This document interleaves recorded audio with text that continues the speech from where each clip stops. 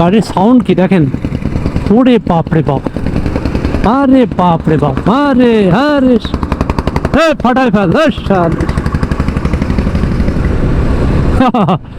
এগুলো 3 চাকার গাড়ি হাইওয়েতে ওঠা নিষেধ। পুলিশ ধরে শুধু হচ্ছে মোটরসাইকেল, তারপর আরও কিছু কয়েকটা গাড়ি ধরে স্পেসিফিক, বাট এই গাড়িগুলো ধরে না। তারা মানে যে লজিকটা দেখায় এবং ধরেও না, এটা এগুলো স্থানীয় গাড়ি হাইওয়েতে সবসময় চলে।